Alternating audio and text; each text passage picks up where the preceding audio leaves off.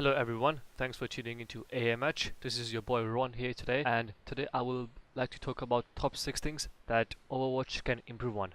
Let's get started. Before I do begin, I would like to say that the issues that I'm about to mention in this video aren't really targeted at Blizzard, and that for some of them there's nothing they can do about it, but for others they can. So it's about the community, the players, and everyone mixed together. Now moving on to the first issue here, skin selections. I personally believe that the overall process that Blizzard has used to bring out skins for the characters, it's kind of unprofessional. If you look at the whole year since the game has been out, Tracer, Bastion, Reinhardt, each three of these characters have certainly gotten way more skins compared to others. For example, Reaper and Hanzo, they haven't really got that much of skins since the start of the game. And if you are a player that uses a particular character that hasn't really gotten that many skins since the start of the game, then you don't really have anything to look forward to, and it will be kind of disappointment for you. So for example, Sombra, I know she's still new to the game, but still, she's just the example out there. However, players who main the characters that constantly get new skins and new items I personally believe are more likely to enjoy the game more, since they always have something more to look forward to in the game. But yeah, who knows, Blizzard might be looking at character selection and which characters are more popularly used and which aren't, and they might be bringing out skins for the characters that are more often used compared to the characters which aren't. Also, we don't know the fact that in the future Blizzard might just bring out skins for characters like Reaper and Hanzo exceptionally. And I really hope they do that, because personally I love using Reaper, and I would be sort of unhappy if they didn't put out that many skins for him in the coming event or coming month.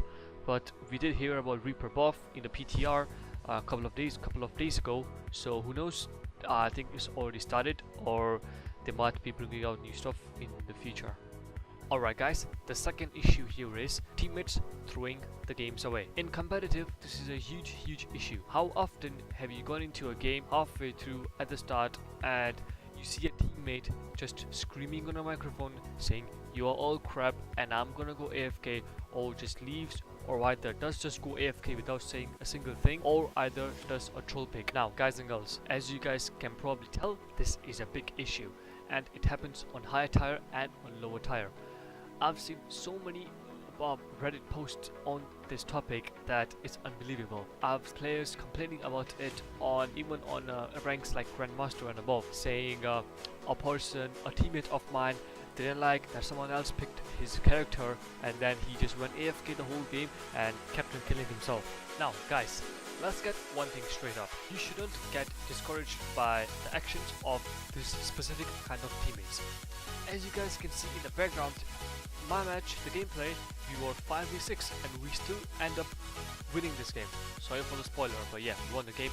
But it was a huge achievement. I've never done that before, but we managed to do it. I was duo queuing with White Boy, and our team comp was really strong, so we ended up pulling this off. So it is doable. Maybe the rank factor matters a lot. On higher ranks, maybe not so much. But then again, the ratio of this happening in the lower ranks and in the higher ranks is completely opposite. For example, in higher ranks, you will see this happening very little, or every now and then. But then on lower ranks, you will see this in every other game. Honestly, I only think there's only one reason why the teammates throwing the game away is doing it, because they just give up way too early. Even though the game just started or there's still a couple of rounds to go, they will still do it. And I believe the main factors for this is that their game knowledge and their skill. And 9 out of 10 times they will blame the team, saying, oh, the team is not doing anything, oh, you guys are not doing this right, why you have that, why do we have this? But the possibility is them who are not playing their character correctly. For example, this has happened to me so many times. I would go into a game, we would start off alright, I look at the team comp and I think this is alright, maybe this could be a win, this has to be a win, because I like to be positive. But and we go in and teammate starts throwing the game away. It's because they are not playing their character correctly. On Overwatch, it's so important that you play your character correctly, because it's a team game. Alright guys, let's talk about the next topic here, the meta. I believe this is very controversial issue because in each and every competitive game, players are at least told to pick something which they don't feel comfortable playing. This especially occurs in lower tier because higher tier players know their mains, players know what they're doing and they have the game knowledge. But at the lower tier, players are told to pick specific characters which they don't feel comfortable playing, and then what ends up happening is they don't perform at a certain level and the team will get toxic and say you are crap, this happened, that happened, on a mic, on the chat, whatever. And for the support part, understand this, it's perfectly fine, you know, maybe if we have one really good healer, we don't need two, but we might need two sometimes, which is perfectly fine. But what ends up happening is teammate goes on the mic, voice chat, they have a Pharah, we need a soldier, and one of the DPS players who are actually performing alright for the team are told to switch to the soldier, and they know if they don't change, the team will get toxic, so they don't really have an option. So let's say they end up changing and they're not comfortable playing the character properly. For example, player switched from Tracer to Soldier and they don't perform well enough on Soldier as they do on the Tracer, and the teams gets toxic and this and that. I personally believe Soldier is not the only counter to Pharah. D.Va can do some sort of damage to Pharah from the ground, and that can make Pharah really uncomfortable to fly around. And Zenyatta can, McCree, a good McCree can take care of Pharah, a good Hanzo can take care of Pharah, but it's the meta that's given everyone an image in a community that we do need certain characters to be victorious over others. So guys, this is when issues such as off-meta characters and troll picks come in.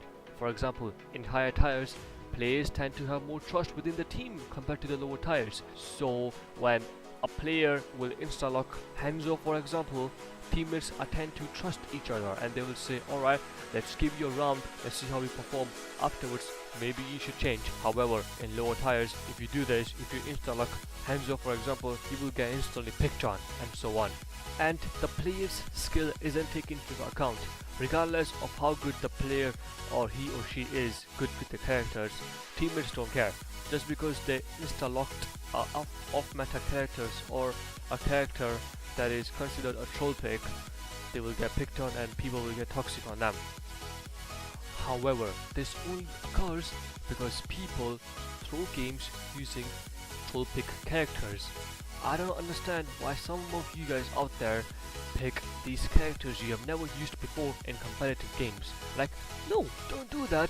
If you wanna play around with a character, go in quick play, practice with it, go in training range, create your own game, get used to the map. If you are new to the game, you should do things like that. But don't go into competitive and pick a random character which you are not good with, because what will end up happening is you won't perform well, the team will pick on you, and you will constantly get stuck in the same rank if you keep on doing this again and again.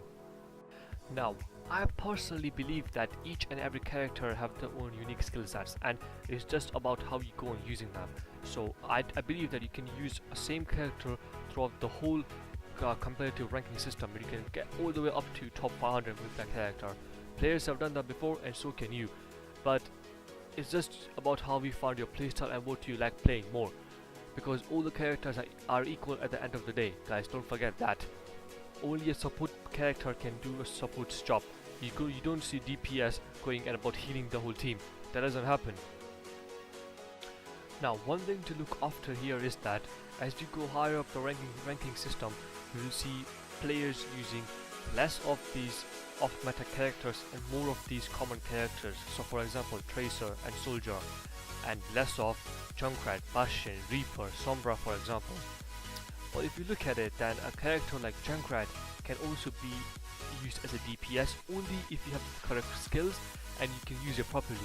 But players don't tend to do that often because it's very tricky, and you would rather just use a DPS character compared to defense character, which the category Junkrat falls into. But guys, don't hesitate to use your own characters and play with whatever you feel like playing. Practicing quick play a lot and then try and competitive, see how it goes. You might be good with it, you might not be, or you might just have fun for a while. Loot box system. Now, there has to be some sort of way this has to be refocused on, reworked on. There has to be some sort of addition, changes to it, because the amount of times I get unlucky with this, it's unrealistic. Whereas compared to other players who literally get new items from events or whatever, every loot box they open to. So it's just unbelievable. A popular suggestion in the past has been by many players is that we'll change the way we get the loot boxes. So maybe not every single level, but every 2 levels. Or keep the normal loot boxes the way they are, but let's add a special loot box in the game. When you do something great in the game, you get it. So for example, when you get quad kills, you get a loot box, and the items on it are rare, or you have a chance of getting better items in them than the ones you do in the normal ones. Because at the moment, the distribution of random items is unbelievable. Like, some players get really lucky with it, whereas others don't. Every time I open a loot box, I get 33 sprays and 1 victory dance emote, whatever. So there has to be some sort of changes to this, because I'm not the only one reporting on this. Honestly, the most saddest thing about this is that every time a new event begins, you see the item you want for your character. You see it, you finally see it, you gaze into it on the monitor, and then you purchase. Maybe you purchase, say, 25 loot boxes, maybe you got them, but you still get unlucky with them.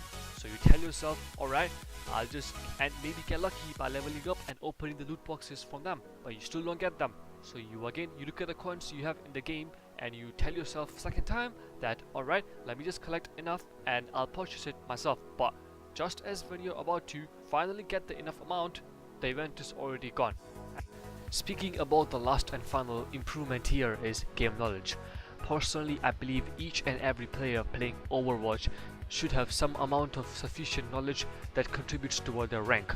So for example, higher level players will use different attacking and defensive techniques, so stick on the high ground to defend, or stick on the low ground to attack. And not to mention the higher level players, even at lower ranks you should know the basics. So for example, don't go on your own, don't split off, stick together.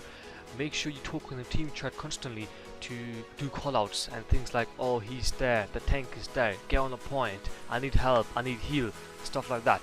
If you group up and do this, some of the basic things, you will easily be able to get to at least gold or somewhere around there with decent amount of team. I believe another thing that falls in the game knowledge here is target priority. Guys, it is really important who you target in the game.